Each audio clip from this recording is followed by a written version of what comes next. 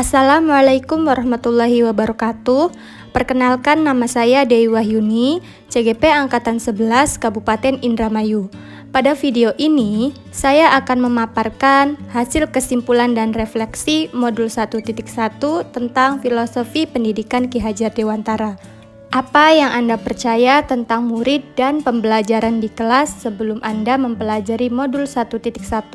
Sebelum saya mempelajari filosofi pendidikan Ki Hajar Dewantara, saya merasa pembelajaran yang saya lakukan sebelumnya hanya sebatas transfer materi pelajaran saja tanpa memperhatikan karakteristik dan kebutuhan peserta didik. Saya menganggap bahwa ketuntasan dalam penyampaian materi jauh lebih penting daripada memahami karakteristik peserta didik. Biasanya saya hanya melihat nilai peserta didik hanya dari aspek kognitif saja. Contohnya, ketika peserta didik menyelesaikan tugas atau asesmen lalu mencapai KKM yang telah ditentukan, saya merasa senang dan menganggap mereka telah berhasil dalam proses pembelajaran saya. Namun sebaliknya, jika ada peserta didik yang nilainya kurang dari KKM, maka saya akan merasa kecewa, marah, dan menganggap anak tersebut tidak berhasil di pembelajaran saya. Seringkali saya menganggap peserta didik sebagai objek pembelajaran, sehingga pembelajaran yang saya lakukan hanya berpusat pada guru atau teacher-centered learning, yang pada akhirnya saya sering merasa lelah sendiri karena belum menggunakan metode mengajar yang variatif dan menggunakan student-centered learning.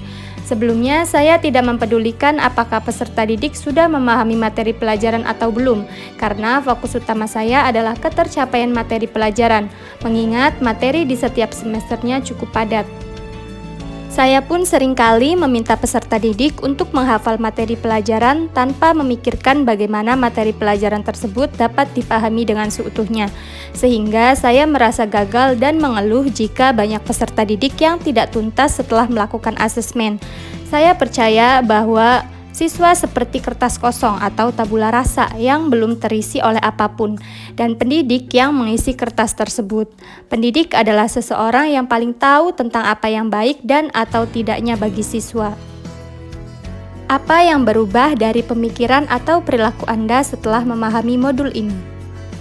Setelah saya mempelajari modul 1.1 tentang filosofi pendidikan Ki Hajar Dewantara, saya menyadari bahwa apa yang telah saya lakukan selama ini salah dan tidak tepat.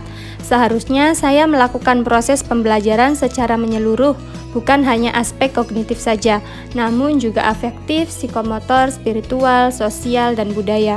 Murid bukan sebagai objek pembelajaran, melainkan subjek pembelajaran.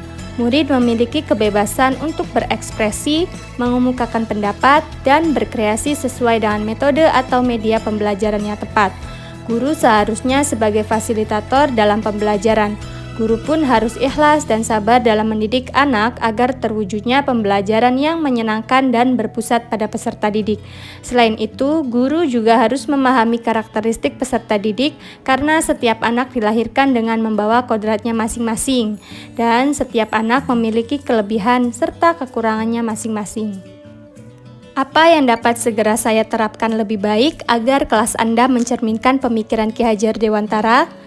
Yang akan saya terapkan di kelas adalah saya akan merancang pembelajaran yang interaktif dan menyenangkan dengan student-centered learning atau berpusat pada peserta didik. Lalu, saya akan menerapkan pembelajaran abad 21 yang sesuai dengan pemikiran Ki Hajar Dewantara dengan berpegang teguh pada konsep memerdekakan anak. Saya akan berusaha memberikan teladan yang baik bagi peserta didik, serta memahami karakter dan latar belakang peserta didik dengan menjalin komunikasi yang baik antar mereka.